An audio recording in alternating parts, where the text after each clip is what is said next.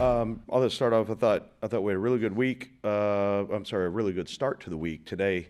Coaches did a nice job on correcting things from Saturday, and then went to work and got our guys here this morning and started with a great Monday practice. Meetings number one, and then practice. And I thought it was just overall in all three phases what we needed today, and a good start to the week. I look at what PJ Fleck has done. He's done such a great job developing the brand of Minnesota football in his 9th season. They've recruited really, really well. I look at every really layer or level of their roster. It's a strong roster with good players at every position. He's had consistency really in a world where consistency is hard. So a lot of respect for what he has continued to accomplish. And then you watch them play. I'm impressed, number one, with what they do schematically, really in all three phases. They've got playmakers all over the field on both sides of the ball. And then how hard they play is something that has stood out to me since I've watched his teams play well before I came into this conference, but then more specifically after being in for 10 months. I look at knowing their roster. I think we recruit against some of the same type of kids. Drake Lindsey, their quarterback, I've known for years and years and years. Close family friends with he and his family from Fayetteville, Arkansas. His dad, John David, was a great player as well years ago, and I think his grandfather, Jim Lindsey, played for the Minnesota Vikings for a number of years. So there's some connections, and there always is as you get into this game for a number of years. But I think it starts offensively with him. He's a complete player, plays extremely smart. He's got a huge arm. I know what type of competitor he is. And then you look at them defensively and the way they play, aggressive, assignment sound, and play extremely hard. So they're 3-2, and it'll be a night game in conference play at their place. And what a great environment and what a great night for college football. Our team will work really, really hard this week in preparation, and we'll be ready to go play our best ball in all three phases, and we're excited about that chance. So. Can you kind of go into more detail on that, just how that connection with the Lindsey family? And yeah, we lived in Fayetteville, Arkansas for 3 years. My son and Garrett and Drake became buddies. They were on the same team, and so Drake was the quarterback before him. And then when we moved to town there, the Lindseys have one of the largest real estate companies in that area of the country, and got to know John David through that. Just to follow up on Saturday, did you get an update on Jalen St. John and how long? Yeah, he was limited today for any work that we did. We'll know a lot more tomorrow. I do think Jalen's a fast healer on what I've seen before. So, hopefully get some work in tomorrow, extended work, and kind of see where it's at. There's a difference in getting back in all these injuries, getting back and being cleared, but are you cleared to play at the level you need to, in this type of game? So we'll get a pretty good indicator tomorrow on that. Just how important does it feel to replicate what the running game did last week in order for this offense to reach a ceiling that it seems like it's still kind of striving for? Yeah, I think it's so important. And you look at, missed opportunities. If we would have been able to connect on some of those, what could have been. But again, like I said, Saturday, I've got to quit talking about, what might have been, what could have been, what we left out there.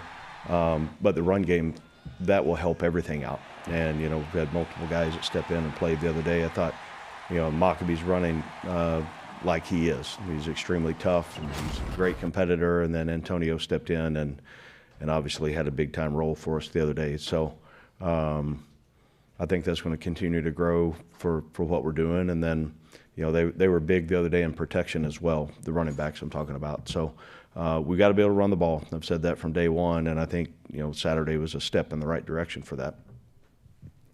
Barry, Josh was talking about the receivers, and I had asked about having several different guys step up. Kind of each game it's been a different receiver that's been the standout, and Corey Smith with his big one the other day. And he said, we need somebody to step up and be consistent and kind of put up those numbers every week. How do you get to that, to where there's almost like a guy who's feared by the other defense that opens things up for everybody.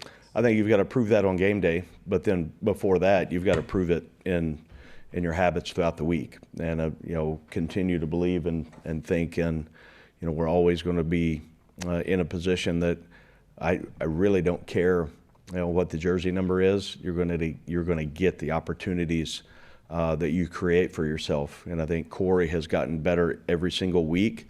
I think that there's guys that also continue to make plays, but we're going to have to make consistent plays, and how important that is, and that's going to take a room full of guys. And I don't know that we're going to have just one guy that you go in each and every week on, hey, this is the guy of the week. It's going to kind of come within what we design throughout the week, and then they're going to earn the number of reps they get. You being a former linebacker and a defensive coordinator, being a defensive guy, is maybe the frustrating thing is the offense seems like it's played well enough to win these last 3 weeks, and you've got 3 losses? Well, I think you look at, I don't know that we played, Notre Dame beat us.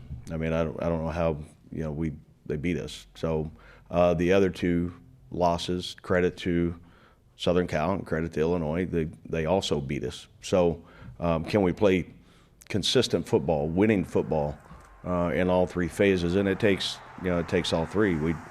The early fumble that we had on the reception that Mike Jack got it punched out, that was, at that point, you go score and you're 14-3, and then things are a little bit different, but that's not reality. So dealing in truth and honesty and reality, all 3 phases have to get better, and we got to play smarter, complementary football. You mentioned this being a night game, and because of some ill-timed weather delays, it'll be your 4th night game really this season. Is there something to be said about experience playing under the lights and having done it now, I guess, 4 times in 6 games? Yeah, I think you look, the chance to be at an away game, and then, the opportunities that presents for you, throughout the week to, you buy a couple more hours, honestly, the way I look at it. And, we get a chance to travel, and then we can travel 74 guys. So getting those 74 guys game ready, and then how do you, the Friday evening meetings and the walkthroughs, and then Saturday throughout the day on doing everything you can to get in position when the ball's kicked off, to be able to play under the lights. I think any of our players would say that they're excited about playing under the lights. They really like that part of the games, and we got to plan for what our Saturday looks like in the hotel, to spend as much time in the prep world as we can, give them a little bit of downtime, but also just trying to do everything we can to play our best ball. Barry, you had a lot of candor, a lot of frankness after the game Saturday. You've had time to rest, watch film. Is your assessment basically the same, or Yeah, I hold true to, we all saw what we saw, and it's we're not good enough yet. I've done, and my staff and myself, we haven't done a good enough job getting them ready to go play winning football for 4 quarters. So that's the chase, and that's the pursuit. And I don't like living in the world of, the gray area or what might have been or what could have been. The truth always comes after but. Well, we did all these things, but we came up short. We got beat, and it's my job to get that fixed. So, we can, I believe in truth and honesty and reality. And, you got to look in the mirror. It's my job to get it fixed, and that's our passion to do everything we can to get this team to play the way we need to win games. Just what a win would mean right now, coming off 3 losses in a row, especially with the bad taste from the Illinois game. Yeah, I think you look, this. I'm not trying to be coach talk with this, but it also, I want to move past the last game. You learn from your experiences, but if we're sitting there letting that, spend any time other than the lessons learned from that game, if we're spending any more wasted energy on that, that's not, I don't think that's healthy for, what a team and a competitor and a staff is supposed to do. So now you can't just say, hey, it's okay, we'll go get the next one. Because you've got to take those experiences that you had, the good things, and then the bad things that cost us to not play winning ball, and you've got to correct them. So I use that more as the motivation than coming off a defeat. What's the mood of the team right now? I mentioned we had a really good start to, we don't see them on Sunday, so, that's the players' day off.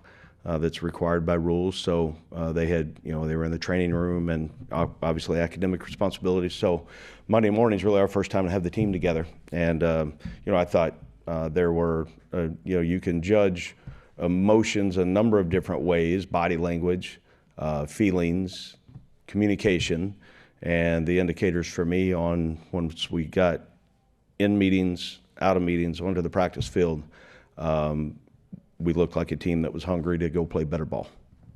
Is going on the road maybe, does that come at good times for teams, sort of a circle the wagons mentality, get out of town? Oh, I don't know. I love playing in Ross-Ade. I think there's magic in that stadium, and we're going to eventually show it. We didn't the other night or the other day, but man, I like everything about playing at home. I think it's one of the great environments in college football. So you look at now the opportunity to go on the road, and we'll use it in a way that is us against everybody. I think that's one thing that most teams do when you go on the road, especially in conference, how important that is to approach it with the right mentality. Can you give us any update on Tony Grimes? He practiced today, so I would, as long as he's able to go practice tomorrow, I would say he would be ready to participate.